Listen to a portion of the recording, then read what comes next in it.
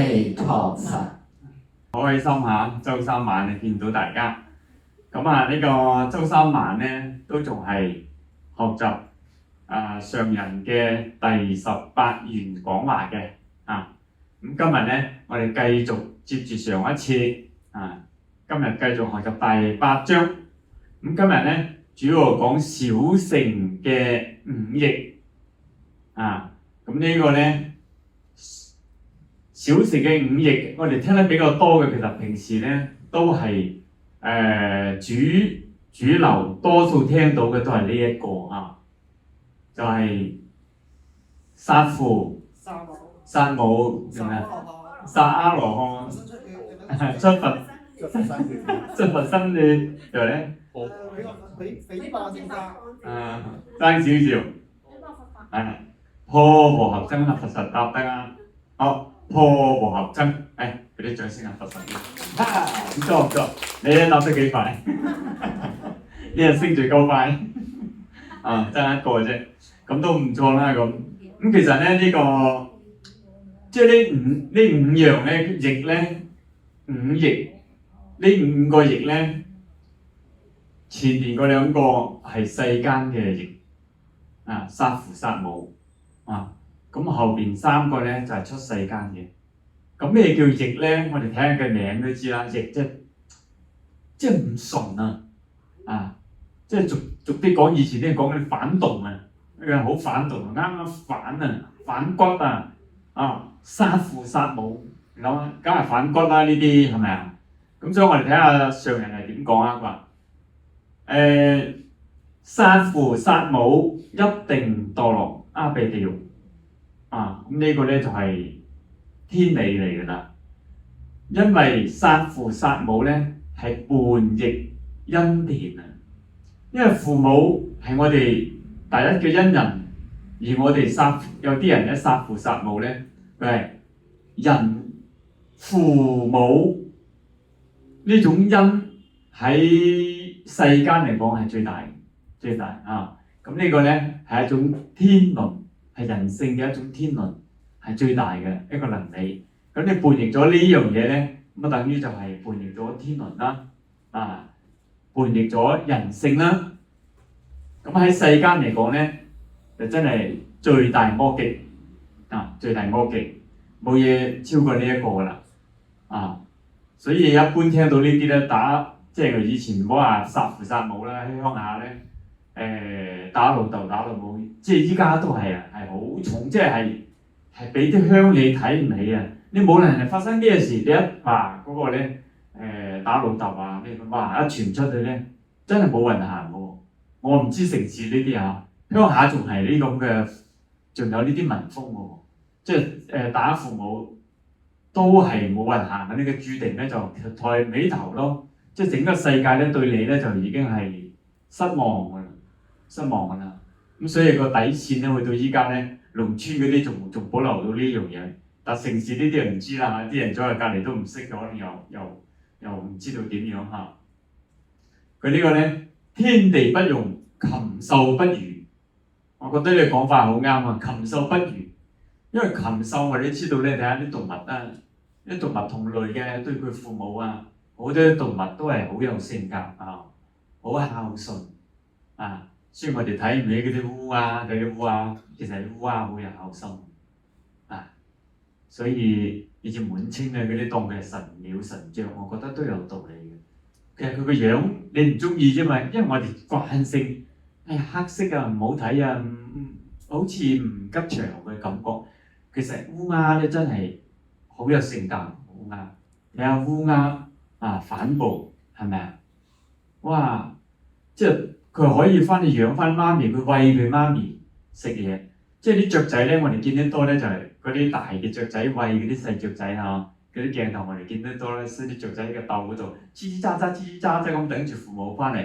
咁我哋咧好多時我哋都有留意鄉下都見到咁咧有嗰啲燕子我見得最多係燕子，因為燕子喺屋企咁我哋睇到嘛，其他啲雀仔又睇到機會少啲。燕子咧，睇到咧真係好可憐咁喎。嗰隻父母咧佢兩隻大嗰隻咧飛咗出去，跟住咧啲細嘅咧已經伸個頭喺度咯，白正嘅喎，唔知你哋有冇留意？我有留意啊！我細路仔我成日睇啲，都未翻，佢就擘大個口啊，擘大口喺度等啊，喺度等啊。咁一睇到佢喺個門口嗰度一翻嚟，見到佢已經伸長啲添，你好明顯見到佢咧就突咗一件出嚟，仲擘得大聲。咁咧，哎呀，真係睇到，咁佢可能而家得一條嘅啫嘛，可能捉到一條蟲。咁唔知餵邊隻度，其他啲人冇嘅喎。咁但係咧，我覺得佢又好規矩喎，唔知係咪？佢嗰啲真係好有性格，嗰啲燕子都係，啲燕子又係真係好令人感動。燕子啊，佢兩隻咁樣，一隻父一隻母，佢兩隻咧切咁轉輪流咁擔嘢翻嚟俾佢食嘅喎。咁我睇到呢啲咧，即係呢啲動物咧，你睇下，其實係好有性格，好有性格啊！所以你係人咧，殺父殺母嗰啲，梗係天地不容啊！禽獸不如哦，呢個咧就真係咁樣。咁常人話就世間法嚟講咧，百善孝為先啊。以佛法嚟講咧，我哋又有講三福啊嘛，係咪？咁第一福咧就係孝順父母啦。你睇下，將佢擺喺第一位，因為呢個係天理嚟嘅，係咪？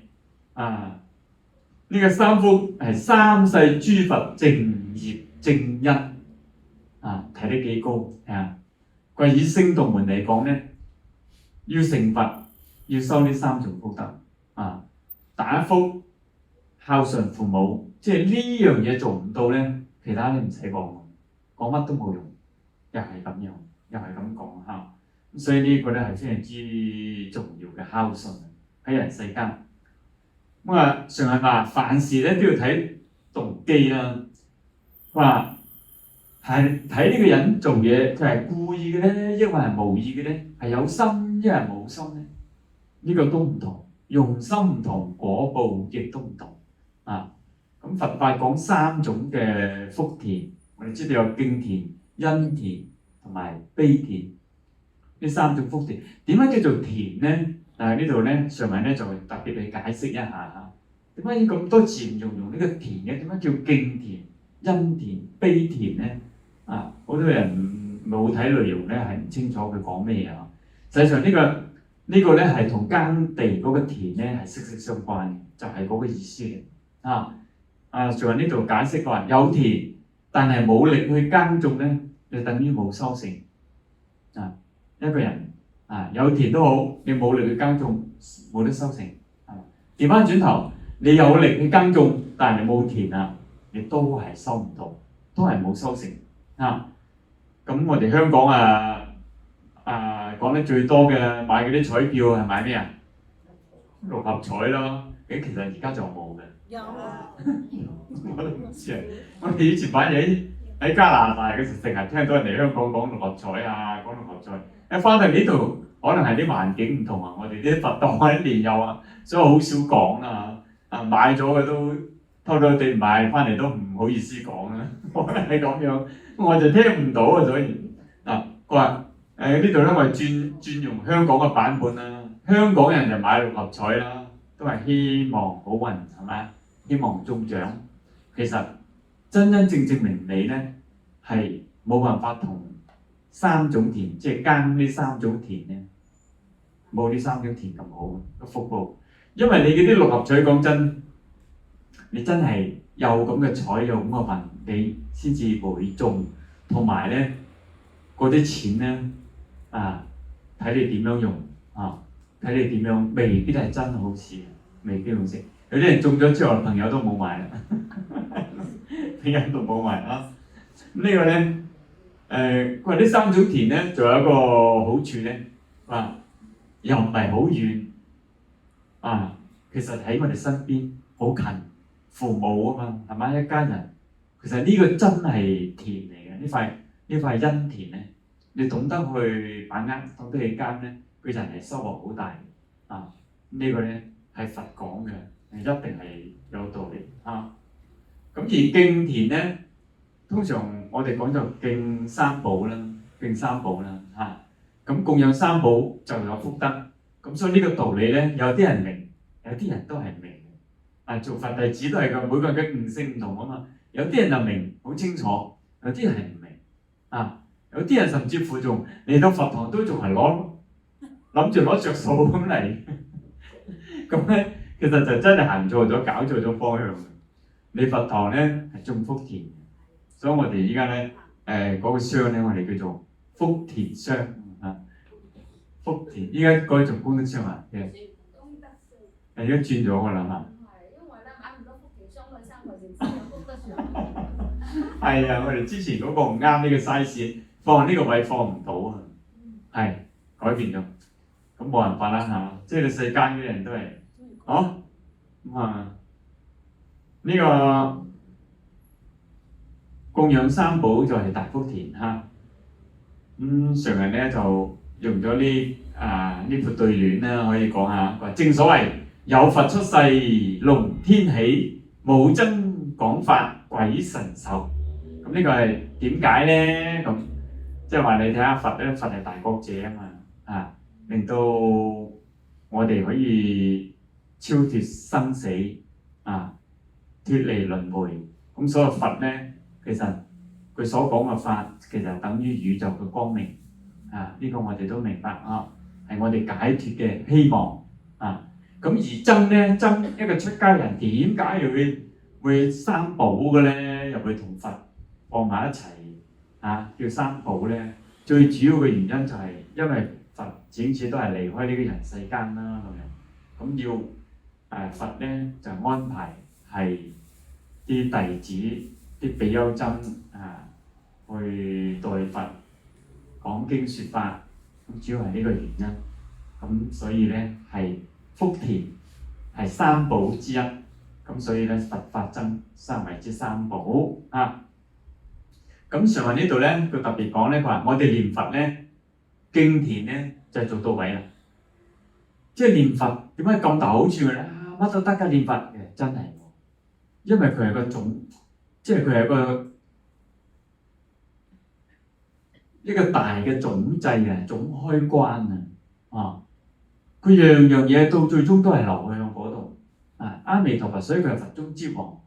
佢就係有呢個咁特別嘅地方啊！咁所以我哋念佛嘅時候咧，上人話敬田咧就做到位啦，因為佛係十方三世嘅總代表啊，所以咧呢個係咁樣解嚇。咁而因田咧，咁上人咧就再講翻多啲個孝養父母、奉事師長咧，呢個就係種因田，因為父母咧對我哋有養育之恩，冇父母我哋又嚟到呢個世間。做唔到人咁師長咧，師長就有教導之恩啦不過依家就即係整個環境變咗啦以前係真係好師道好尊嚴，以前係有啲甚至乎提到高度一日為師，終身為父，而家講得啖笑啦依家啲人都即係亂晒龍，都冇辦法，所以。整個社會都係變咗都冇辦法㗎啦行到呢步咁有句説話咧，佢話上人話俗語話咧，養兒方知父母恩。咁呢個咧其實係講落係好啱㗎喎，好多人都係咁㗎喎，即係當自己做人仔做人女嘅陣咧，就唔係好覺，即係受住父母嘅管教，有時多多少少有啲矛盾係咪？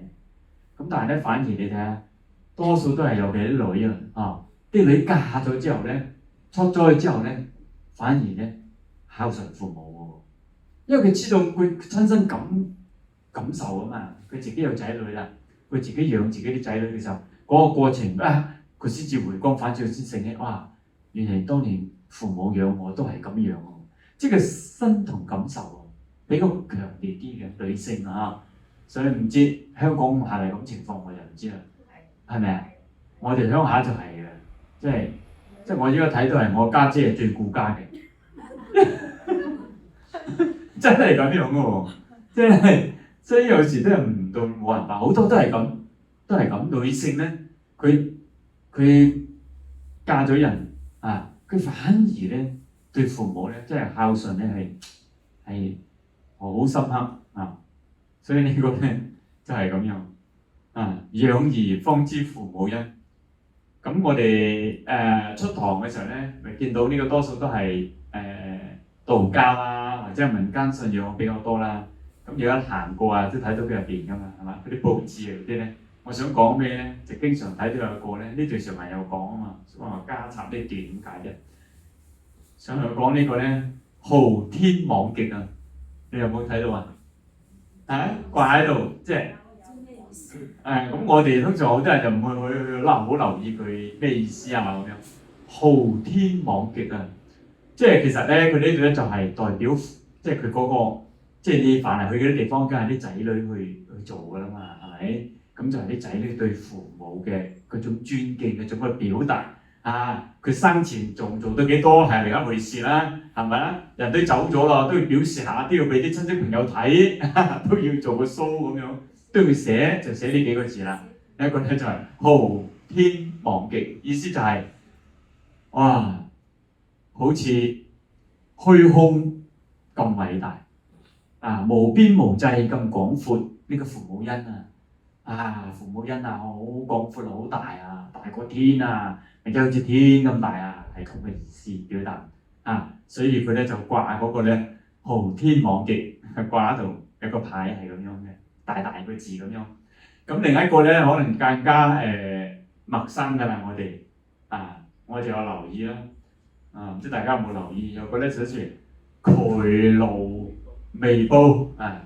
佛祖呢度得，俾啲掌聲啊！佛祖，呢個又好少講啊嘛，因為平時呢啲世間法嗰個劬勞未報咧，又係表示做仔女嘅謙虛啦、慚愧啦。哎呀，老豆啊，你而家走咗啦，我哋覺得好心痛啊！你生前你喺世間嗰陣咧。我哋對你嘅養育之恩，我哋未報答到啊，或者係未報答夠啊嘅意思咯，所以叫劬勞未報。呢個好尊榮嘅呢啲名詞，一寫呢啲咧就係專指仔女對父母嘅，冇其他嘅用法嘅嚇。咁當然我哋比較聽得多，可能係呢一句啦，呢句睇下先嚇，睇下有冇人聽過先，應該有嘅。樹欲靜而風不，有啲係指啦，即係色啦。我哋聽色就比較多啲，可能指咧就係正版啲嘅。我哋成日聽到係樹欲靜而風不息，聽得咁樣嘅喎。跟住子欲養而親不乜嘢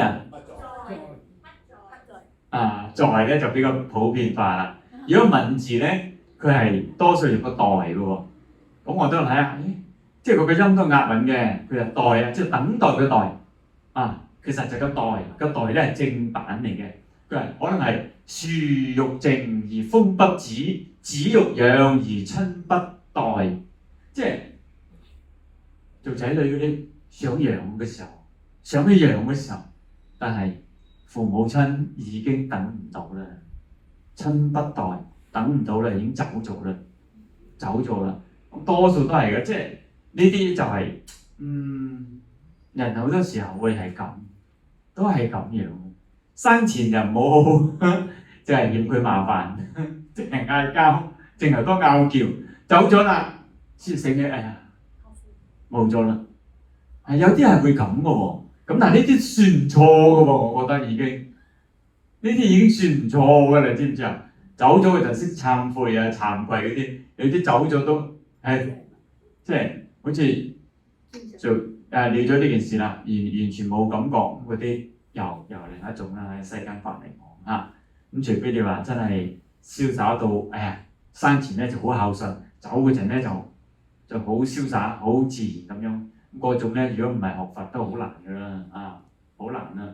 我有時睇到啲佛教嗰啲好多時都係咁嘅整嘅，嗰啲咩詞，我成日覺得唔係幾妥嘅，即係咩？統一吧，咩嘢啊嗰啲咁嘅，點解又唔應該啊？佛教咁佢走咗，應該係佢一祝福佢去個好地方先啱喎。